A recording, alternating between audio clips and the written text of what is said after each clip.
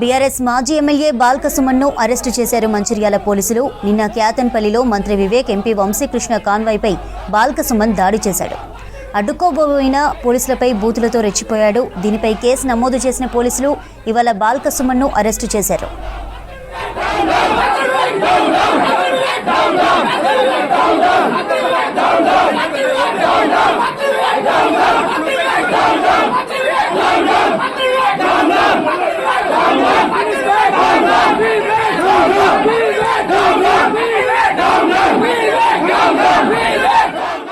నిన్న Kyathanpalli municipal chairman ఎన్నిక సందర్భంగా ఎక్స్ అఫిషియో ఓటు వేసేందుకు వెళ్తున్న వివేక్, ఎంపీ వంశీకృష్ణ కారుపై బీఆర్ఎస్ కార్యకర్తలు రాళ్లు విసిరారు. మంత్రి వివేక్ కారుపై బాల్క సుమన్ ట్రాఫిక్ కోన్ విసిరేశారు. అడ్డుకున్న పోలీసులపై బూతులతో రెచ్చిపోయాడు. మీ సంగతి చూస్తానంటూ బెదిరించాడు బాల్క సుమన్ డైరెక్షన్లో బీఆర్ఎస్ కార్యకర్తలు గూండాల్లాగా రెచ్చిపోయారు. ఇష్టం వచ్చినట్లు కాన్వాయ్పై రాళ్లతో దాడులు చేశారు. బాల్క సుమన్, బీఆర్ఎస్ కార్యకర్తల దాడిలో కానిస్టేబుల్, కాంగ్రెస్ కార్యకర్త తీవ్రంగా గాయపడ్డారు.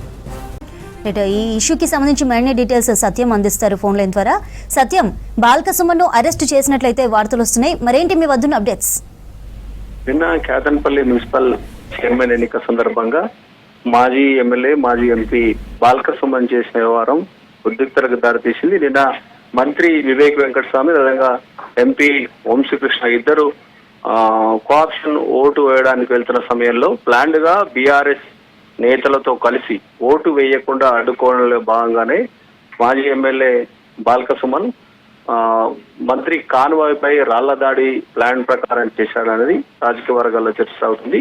ఒక్కసారిగా ఓటు వేయడానికి వెళ్తున్న మంత్రి కాన్వాయ్, అదేవిధంగా ఎంపీ వంశీకృష్ణ కాన్వాయ్ని అడ్డుకునే ప్రయత్నం చేశారు.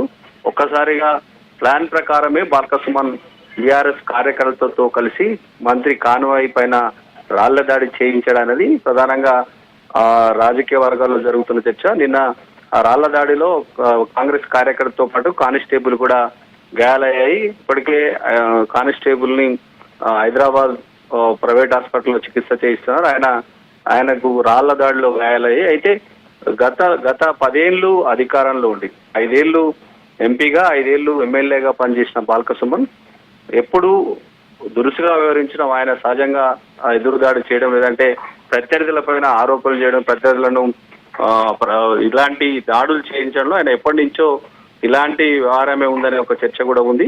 తాజాగా క్యాతన్పల్లి మున్సిపల్ చైర్మన్ ఎన్నిక సందర్భంగా ఎట్టి పరిస్థితుల్లో కాంగ్రెస్ పార్టీ చైర్మన్ ను అడ్డుకోవడానికి భాగంగానే ఆయన ప్లాన్ ప్రకారం మంత్రి వివేక్ వెంకటస్వామి కాన్వాయ్ పైన దాడి చేసే ప్రయత్నం చేయించాడని నిన్న జరిగిన ఘటన బట్టి అక్కడ ఉన్న స్థానికంగా ఉన్న రాజకీయ పార్టీ నేతలు, లేదంటే కాంగ్రెస్ పార్టీ కూడా ప్రధానంగా ఆరోపిస్తుంది. కావాలని ప్లాన్ ప్రకారమే మాజీ ఎమ్మెల్యే బాల్క సుమన్ రాళ్ల దాడి చేయించడనే ఒక అంశంలో కూడా అక్కడ ఉన్న కాంగ్రెస్ కార్యకర్త ఆరోపిస్తున్నారు. ఇది ఒక 5 ఏళ్లు ప్రజాస్వామ్యంలో ఒక ఎంపీగా, ఒక ఎమ్మెల్యేగా పనిచేసిన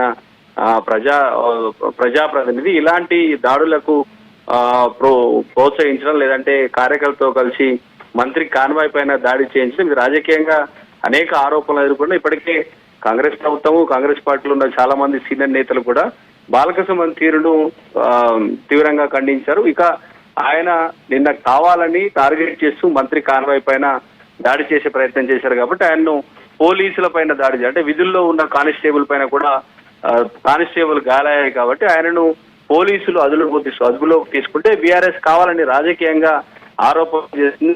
ఒక మాజీ ఎమ్మెల్యే ఒక మంత్రి కాన్వాయ్ పైన దాడి చేసే ప్రయత్నం చేసినా అరెస్టు చేసి ఎందుకు రాజకీయంగా ఆరోపణలు చేస్తున్నారు? కేవలం అది ప్రజాస్వామ్యంలో ఎవరైతే దాడిలో దిగారో వారిని అరెస్ట్ చేసే ప్రయత్నం పోలీసులు చేస్తున్నారు. కావాలని రాజకీయంగా బీఆర్ఎస్ పార్టీ ఆరోపణలు చేస్తున్నట్టు కాంగ్రెస్ పార్టీ ఖండిస్తుంది తీవ్రంగా. నిన్న జరిగిన ఘటన చాలా ఉద్రిక్తతలకు దారితీసింది. మాజీ ఎమ్మెల్యే తీరు ఇటు పోలీస్ అధికారుల సంఘము, అదేవిధంగా కాంగ్రెస్ పార్టీ ప్రభుత్వంలోని కీలక నేతలంతా కూడా తీవ్రంగా ఖండించారు. నిన్న దాడి కుట్రలో భాగంగానే బాల్క సుమన్ కుట్ర చేసి కావాలని ప్లాన్ ప్రకారమే మంత్రి వివేక్ వెంకటస్వామి కాన్వాయ్పై దాడి చేయించారని పోలీసులు నిర్ధారణ కావడంతో బాల్క సుమన్ పోలీసులు ఇప్పటికీ అదుపులోకి తీసుకున్నారు. అదుపులో ఆయన విచారణ చేస్తున్నారు తప్ప కావాలని రాజకీయంగా ఆరోపణ చేసే ప్రయత్నం బీఆర్ఎస్ పార్టీ పదే చేస్తుంది.